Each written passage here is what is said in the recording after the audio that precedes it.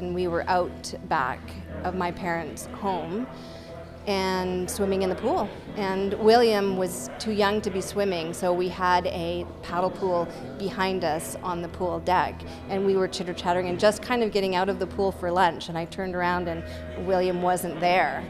And I assumed he'd already gone up the stairs to the kitchen for food, but he wasn't up there. And another friend of mine ran around the pool and Will was floating in the swimming pools.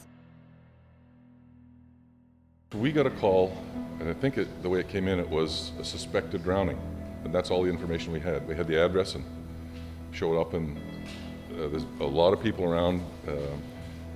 Will was on the floor in the family room, and there was a sliding glass door. You could see the pool outside the house, and his color wasn't good, and it was obviously wasn't breathing, so we jumped in.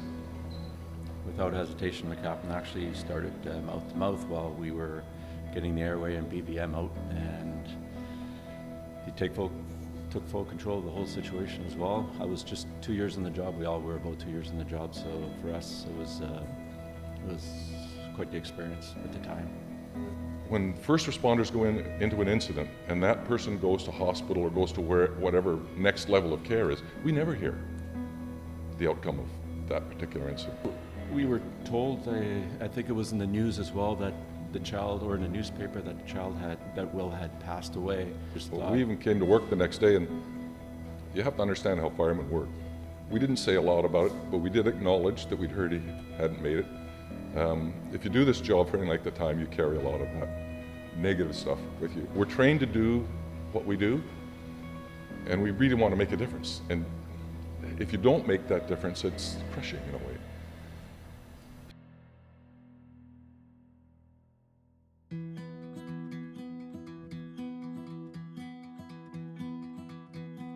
And I just remember years ago, Tish's son almost drowned, but he's okay. That's all I remember. And then when I heard how intense it was, and I said, did the fire guys know that he lived? He goes, oh no, actually the media reported he died, and that was the end of it. So I knew that these guys probably never heard it.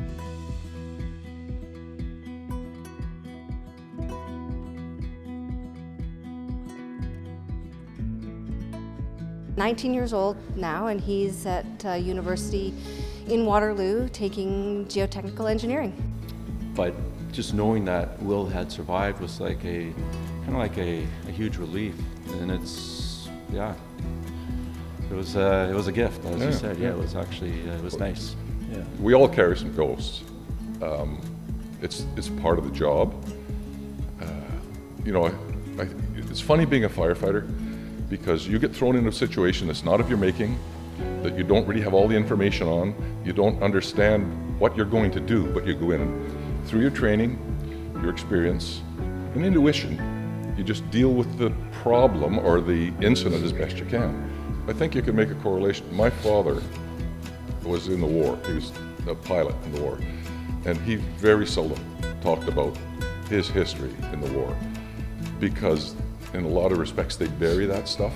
It's hurtful or difficult to bring it up.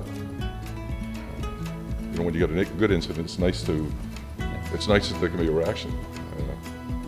That kind of information really is uplifting. It's, wow, we did make a difference. That's what we strive to do every day. They're just so appreciative that we came and made an effort to come. And of course we would. We need all our first responders.